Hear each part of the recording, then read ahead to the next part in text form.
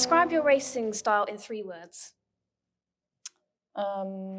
Fast, consistent, smooth. Nice. Wet or dry race? Wet.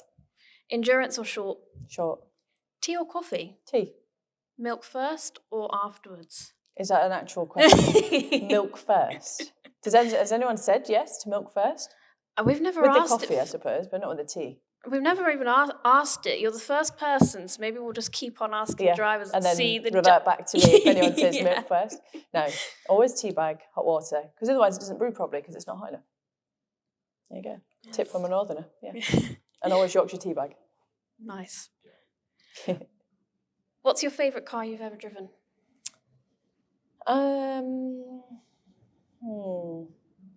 Probably favourite road car or race car.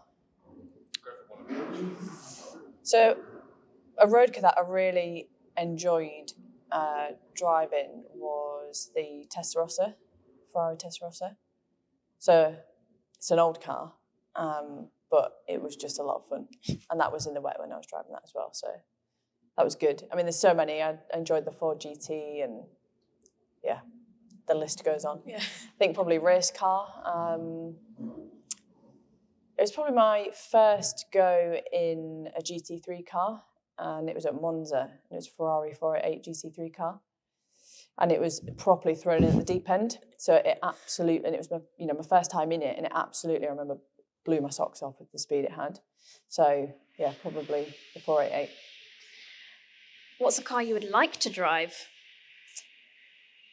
I've not driven any of the Bugattis, so any of those.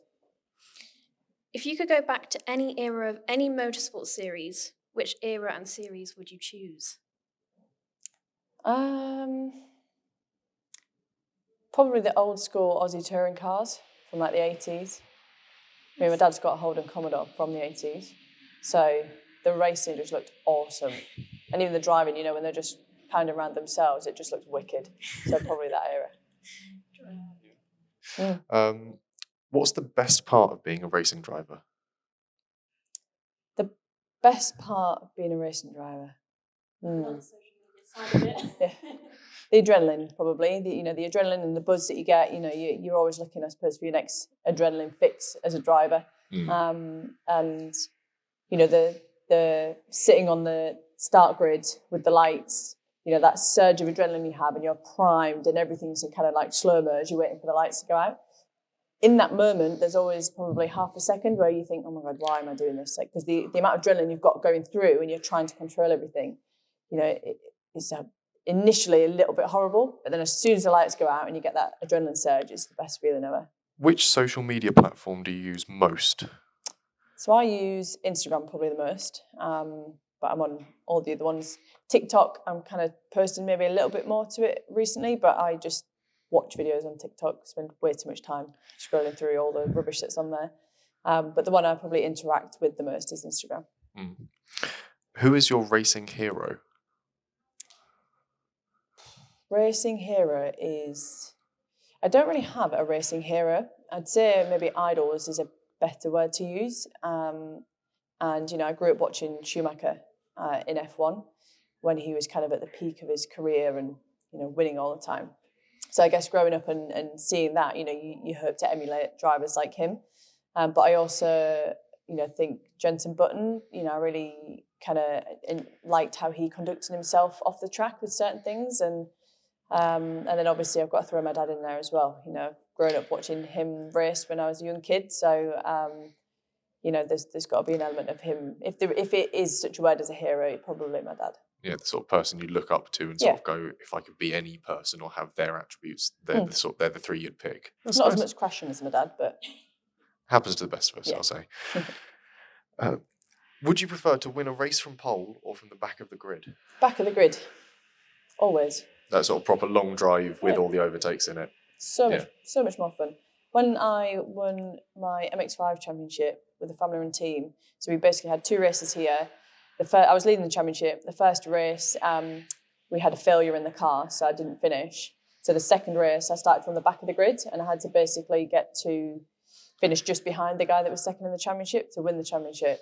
And so I got up to, I think it was like 4th place or something like that, which was just behind the guy in second. And it was the best race ever. And I was second half quicker than anyone because I was on such a mission to get to the front. So yeah, I'd always say from the back to the front if you can. Very nice. Favourite circuit? Alton Park. Ooh. Favourite circuit you've never driven? The sort of one you'd like to? Bathurst. Solid choice. Yeah. Was it, again, is that the sort of nature of wanting to do the Aussie supercars, or is it the sort of wild speed it has? I think Bathurst is kind of, if you ask any driver where, on a top 3 of where they want to race, Bathurst is always in the top 3, just because it, there's no other circuit quite like it. It's narrow, it's dangerous, there's ups and downs, you've got to be really precise, and if you make a mistake, it penalises you. So, as a driver, they're all the things that are really important to be able to crack on, and, to do it in Australia as well is pretty cool. So, haven't been there yet, but it is on the top of my to-do list at some point. Plus there's kangaroos to watch out for as well. And the kangaroos and drop bears and all that. What is your earliest memory of motorsport? Earliest memory is probably, I can't pinpoint exactly, but just growing up watching my dad race. So he used to race in a series called Eurocar. And I was going to the tracks, since I was in my mum's belly, basically. So, we used to have the best childhood. Like back in those days, it was, all the kind of kids of the drivers would all just play and on their bikes and get into mischief. And, the teams would keep an eye out on the other one's kids, and it was the best childhood ever. And, would maybe go and look at the track once or twice. Oh yeah, there's my dad. Right. Anyway, back to playing. Yeah. So that was my experience, really. Is that what made you want to become a racing driver, or did that sort of come a bit later on? I think probably growing up around motorsport means you might have more of a tendency to want to do it. And, I've always been a bit of a tomboy, a bit of an adrenaline junkie, and, doing tricks on my bike and all, hurting myself all the time and stuff like that. So, I was always looking for that like excitement and, seeing how much it kind of resonated with my dad and how, happy he was and the highs and lows, I suppose, that he had from motorsport. It was something that I always wanted to do. So, I pestered for probably a couple of years before my dad, got me a go-kart. It was never, people say, well, did it come from him? Did he push you into it? And I was like, no, it definitely came from me. My dad was, I think, certainly my mum didn't really want me to do it, but I was persistent, and here we are, 20 years later. Since W Series, what's the next goal? What's the next target that's sort of lining up on the horizon? Can't tell you yet. So this year's plans are sorted, but it'll be announced on the 3rd of May. But it's going to be good. Back to doing what I love. Single seaters was a bit of a kind of sidestep for me. It was a great opportunity. I'd never done single seaters, and obviously to race on the F1 grid is F1 weekend, is huge. But my love is for tin tops and GT cars and touring car type stuff. So it'll be more down that route again, and it's going to be a very, very exciting year. So following sort of more Jade Edwards route into British touring cars, or different style of hard tops, more GT or endurance? More GT related. Okay. I'd love to have a go at touring cars. I think it's, again, I grew up watching that, so very, very good, fun racing. But no, we're going down the GT route more. That'd be interesting. And was that sort of transition away from single seaters what's swung you towards classic, or was that just purely sort of whim-based thing of Alex said, do you want to come and drive the Mustang for a weekend? And you said, yeah, go on. So I've raced my dad's Holden Commodore for the last few years, so that's an 83 model. So I've done a bit of the historic stuff, and I think Alex kind of, saw that I'd already done that, and ultimately you want people driving the car that are a fairly safe pair of hands. I try and be consistent and bring the car back as much as I can rather than crashing them. So, someone that's going to look after the car, but also, push the car and hopefully bring in some good lap times and good results as well. So, yeah, it was kind of a random opportunity that Alex threw my way, and I got it with both hands. Yeah. Would you do more classic racing? Has your sort of dipping the toe so far this weekend made you think, if the opportunity comes up to do the odd weekend, a Goodwood Revival, a Silverstone Festival, you'd go for it? Yeah, I'd always 100% say yes to the historic stuff because you've got to drive the cars properly. So I've done Silverstone Classic in the past. I do some stuff with Classic Touring Car Racing Club as well. So if Alex asks me to come and drive it again, I will say yes. Yeah, because I want to think you had quite literally a spin with Richard Hammond's Racing B as well at one point. Yeah, I've got MGB. Yeah, so we done some stuff that last year, and we'll hopefully do some more again this year. Yeah. What was it like sort of going from that sort of transition from doing telly work and then back into the racing world? Is it sort of comparable or is it a sort of a completely different thing to do? With the TV stuff, it's all about the shots. So you have to orchestrate this to get this shot and wait, don't do that yet until we can get it, on camera. Whereas with the racing, it's just there and then. You're there to do that job and to get the car around the track as fast as you can. But ultimately, when you're filming for TV as well as a racing driver, my number one is to be as fast as I possibly can be. So when you're in the car, that you're just there driving the car and trying to be consistent, be fast, and try and bring a pot back. You did some sort of on-screen track bits against Clarkson. How do you rate his driving? Clarkson's a good driver. So is Richard, so is James. If you compare them against the kind of average Joe Blogs, they're a lot better than the average Joe Blogs. I think they've all got their different kind of styles, as is probably evident. But yeah, it's always good fun racing against either of them. Which one would you have alongside you in a car if you needed a second driver for a sort of weekend race?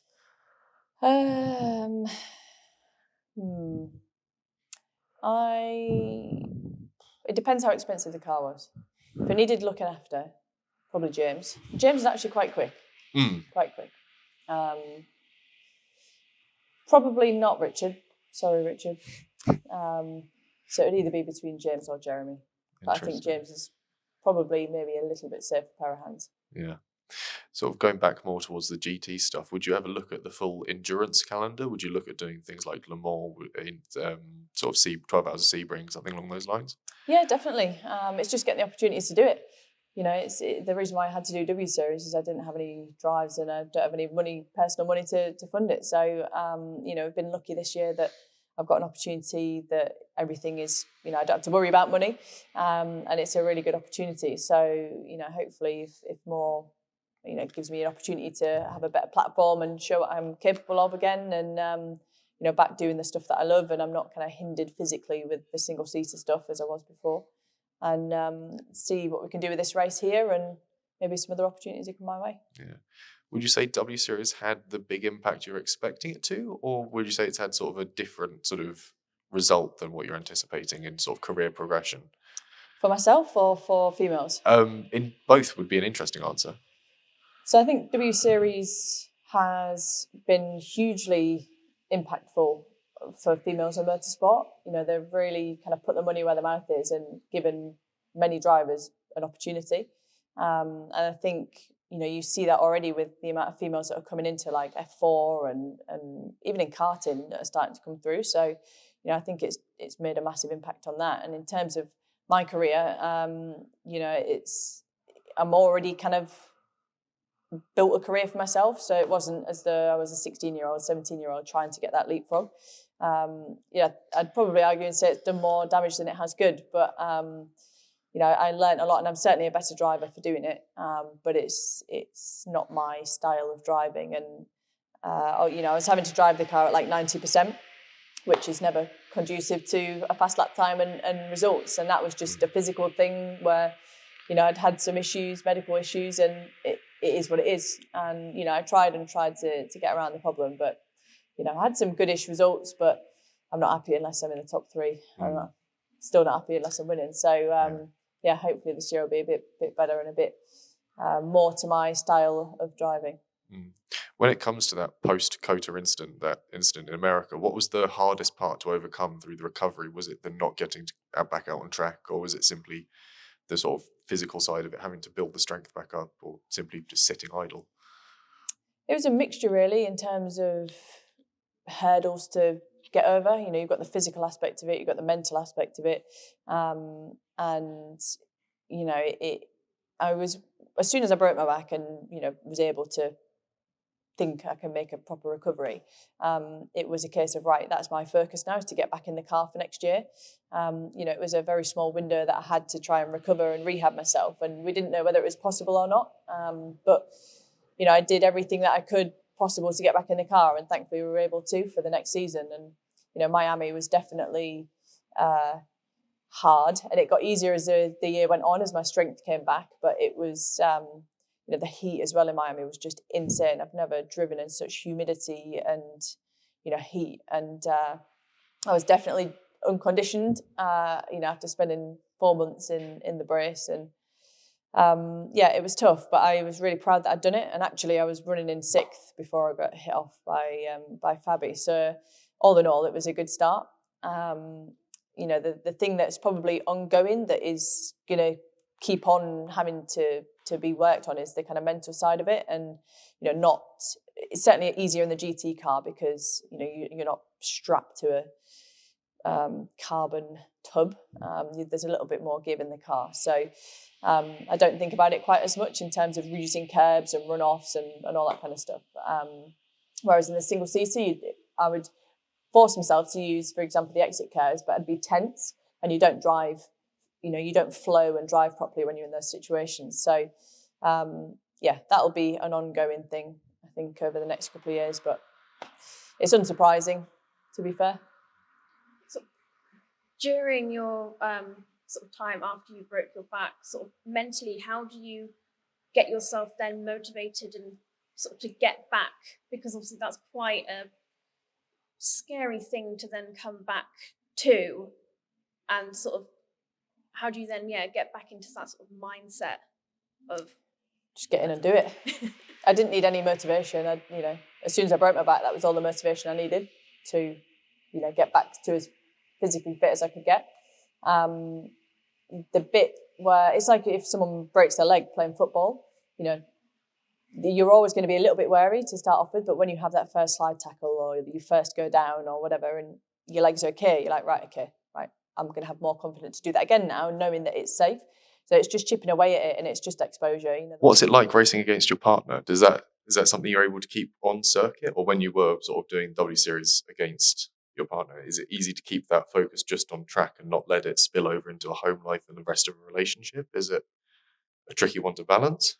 Yeah, it's a tricky one to balance, but we generally were okay. On circuit, we were actually near each other quite a lot of the time, but we're quite respectful with each other. And and Jess was faster than me, good for her, I'll follow her through. And equally, if I'm faster than her and she's behind me, you have to work it out. And we didn't really particularly treat each other any differently. We maybe didn't do any stupid moves where it was half and half. Is it going to come off? Is it not? But I'm as supportive as her as I am for myself. So when she does well, it gives me a boost. Finally, to end this interview, what advice would you give a young person or anyone who's starting to want to become a racing driver, apart from that they should choose you to be their driving coach? Always and I give the same advice a lot of the time, is the biggest thing you can do, even if you're coming in and you haven't got any previous background of motorsport and you're completely fresh to the motorsport industry, is just ask questions.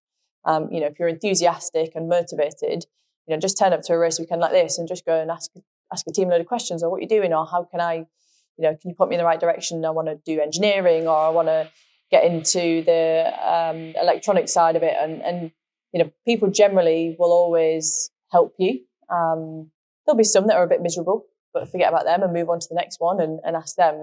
And as long as you show willing and you are, determined and you don't leave any stone unturned, you've just got to keep at it. There's times where I've been trying to find sponsors to go racing, and I'll be sending out hundreds and hundreds of emails, and I might only get like 5 response, and 4 of them are no, and 1 of them's a yes.